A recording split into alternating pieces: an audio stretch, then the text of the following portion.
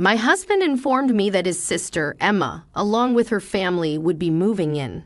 Consequently, I had to relocate to my parents' house, causing a significant upheaval in everyone's lives. In response to the situation, Henry suggested I move to my parents' house temporarily.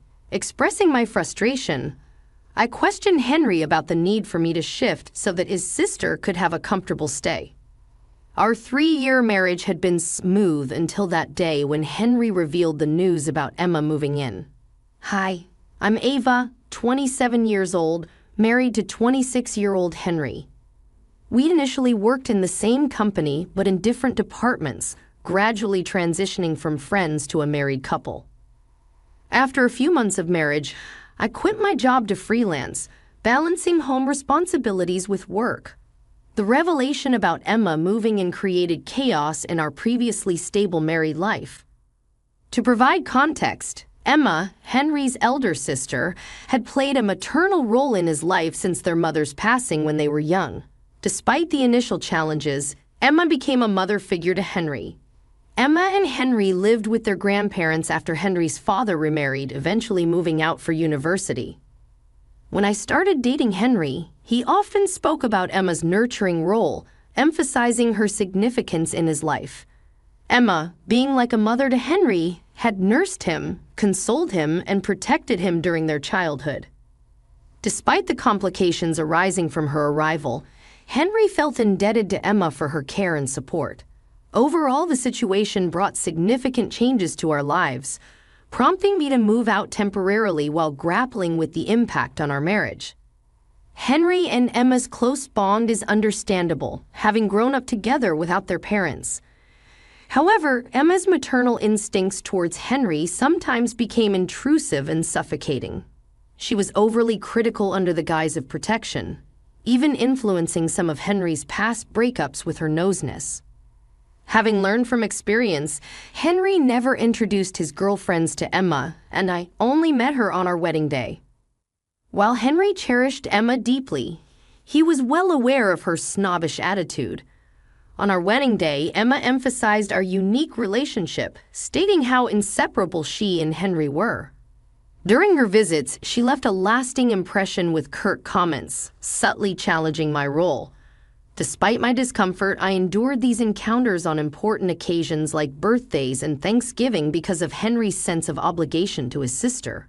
I didn't mind it initially, as Henry always intervened to protect me and made sure I wasn't left alone with Emma. However, things took a turn when my husband informed me that Emma, along with her family, was moving in. I was shocked.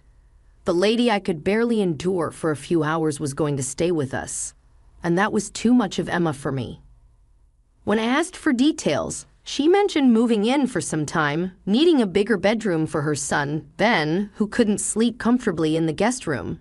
Feeling overwhelmed, Henry suggested we set up the guest room for ourselves. I expressed my concerns about living with Emma given her crankiness, but Henry reassured me, emphasizing the importance of spending time together. Despite my reluctance, I agreed to let Emma have the bedroom, relocating our belongings to the guest room. Upon Emma's arrival with her family, I was dismayed to see large suitcases indicating a longer stay than anticipated. As pleasantries were exchanged, Emma began making unusual requests, starting with whether the bedroom was ready. "We're exhausted from the journey and need to rest.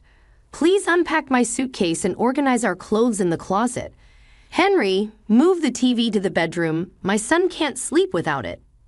Henry intervened, trying to calm Emma down, questioning the need for so much hassle and rearranging for just a couple of days.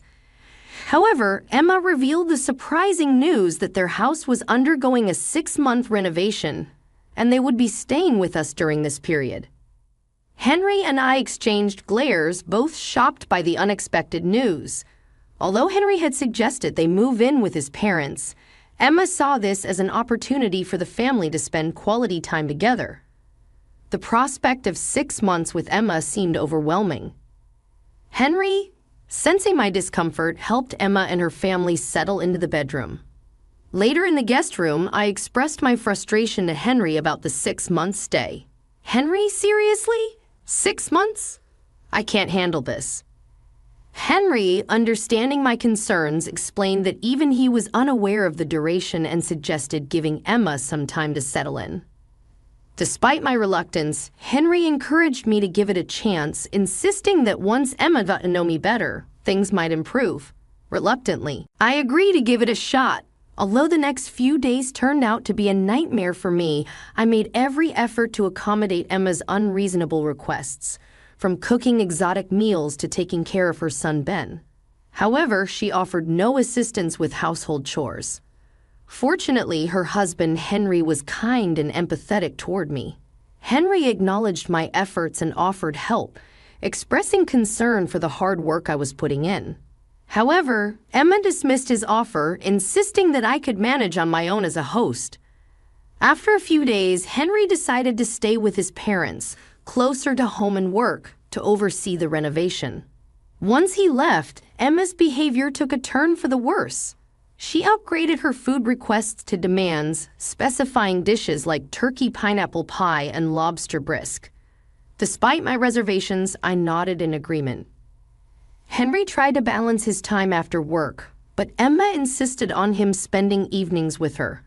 She wanted to relive childhood memories by playing tennis on the lawn, leaving me to manage the household alone while Emma enjoyed meals and leisure activities.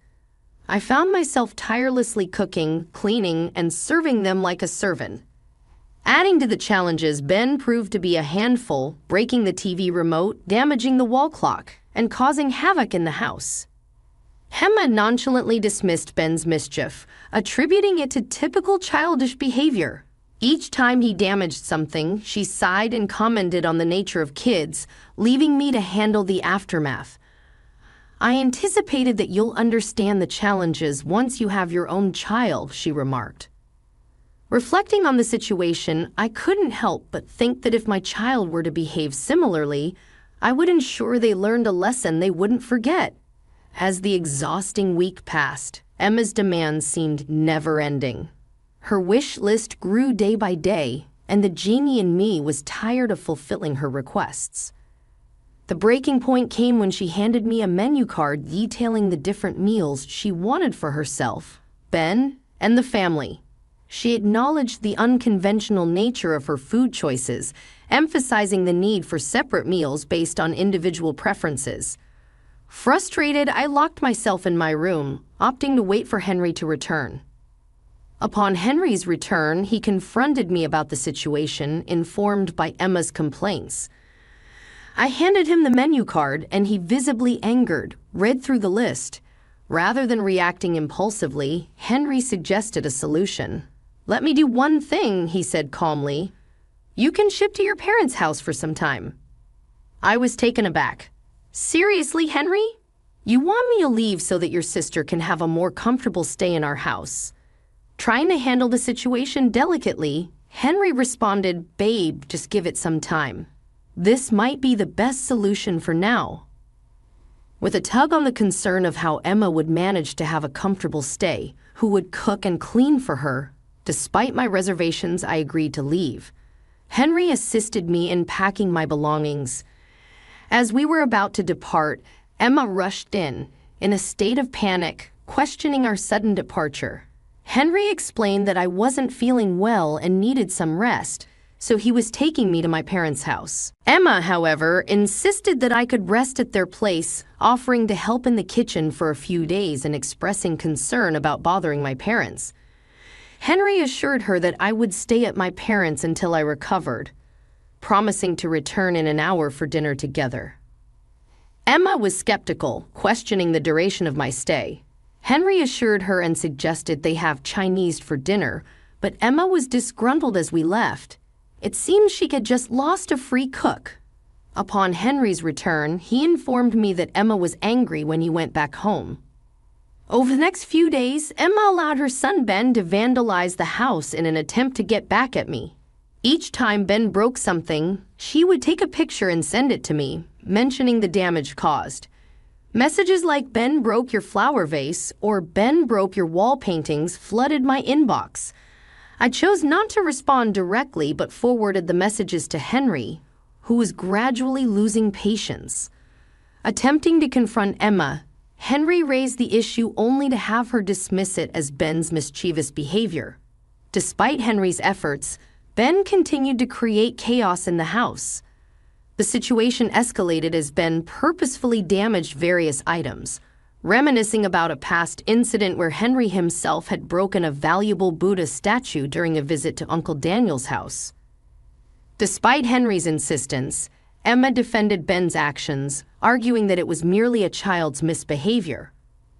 The disagreements persisted, but Ben showed no signs of backing off, persistently creating havoc in the house. Henry's respect and affection for his sister were rapidly diminishing.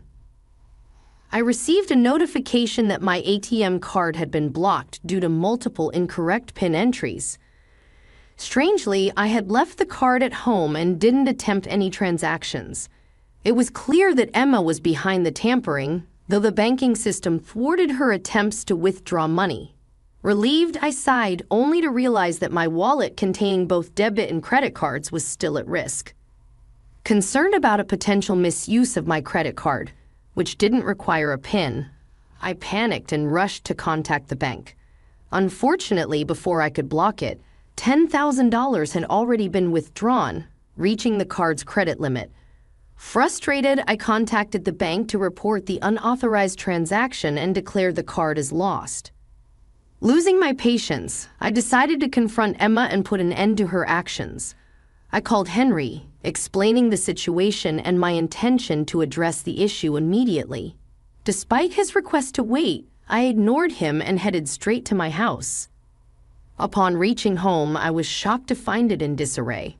Ben had vandalized the living space with scattered cushions, broken toys, and half-eaten fruits. The dinner table resembled a chaotic mess. Emma, seemingly unfazed, was playing with her son on the couch. In disbelief, I confronted her about the state of the house and questioned her involvement in tampering with my cards. Emma, defensive and indignant, rejected the accusations, labeling them outrageous and threatening to involve Henry. She predicted dire consequences for me, including the possibility of him divorcing me for misbehavior. I couldn't help but stare at Emma's audacious behavior. She attempted to call Henry, who didn't respond initially. After a few minutes, Henry entered the scene and Emma hurried towards him, hugging him tightly. "Henry, thank God you're here. Your wife is accusing me of tampering with her cards. She's harassing me and my son. Chase her out of this house and your life. She's a devil." Henry, however, was not swayed by her theatrics. He rebuked her, asserting, "She's wrong. You didn't tamper with her cards. You stole her cards and the money. I've had enough of you. You're a narcissist. You're no longer the sister who nursed me as a kid. You've become a demon." The force of Henry's words left Emma frozen, and I too stood in shock. Henry's normally composed demeanor was shattered by the gravity of the situation. "Have you lost your senses?" Henry continued, his anger palpable. "Talk to your sister like this? I'm the one who raised you. I nursed you when you were ill. I took care of you. I stood by you when you had no one." Henry expressed his frustration, emphasizing that Emma's actions were causing him significant distress. This confrontation marked a turning point in their relationship. Emma, taken aback by Henry's stern words, began to sob, seemingly attempting to escape the ordeal. However, Henry wasn't swayed and insisted that she return the cards before leaving. "In that case, I'll leave this place immediately," Emma declared, adopting a defiant tone. "By all means, but before that, give back the cards," Henry demanded. Emma responded with defiance, denying any possession of the cards and accusing me of manipulating Henry against her. She resorted to name-calling, dismissing me as a treacherous woman. Henry wasn't buying into her narrative and insisted that she return the cards and the $10,000 she had withdrawn from the credit card. "Enough, cut the crap. Give me my card and the $10,000 you've withdrawn from the credit card or else." Henry's firm tone left no room for negotiation. The confrontation reached a critical juncture. and it was clear that Henry was determined to unravel the truth and hold Emma accountable for her actions. The situation escalated when Ben, in an act of mischief, started playing with the cards and broke them into pieces. Witnessing this destructive act was the final straw for Henry. Filled with rage, he declared, "That's it. I've tolerated you enough. Leave my house right away. I'm breaking all ties with you. I don't want to see your face ever again." Emma pleaded with Henry, desperately trying to salvage the relationship. "Henry, don't do this, please. You're my only family. You can't abandon me," she implored. Ignoring her pleas, Henry made a decisive call to Emma's husband and narrated the entire situation. Henry, unaware of the extent of Emma's actions due to his busy schedule overseeing house renovations, was shocked upon hearing the details. He acknowledged Emma's possessive nature and admitted to facing difficulties in dealing with her insecurities. Emma exhibited controlling behavior, preventing Henry from meeting female friends and colleagues. Even visits from Henry's parents and siblings triggered her crankiness. Upon learning the truth, Henry rushed to our house, expressing sincere apologies to both Henry and me. He offered to compensate for the damages caused by Ben, but Henry declined the offer. Despite Emma's reluctance to leave, Henry took charge, dragging her out of the house. It was a moment of relief for me as finally, I could bid farewell to Emma. With her eviction, the burden of enduring Emma's taunts and humiliations at family gatherings was lifted. The incident became hot gossip among the extended family, with everyone acknowledging how justice was served to Emma.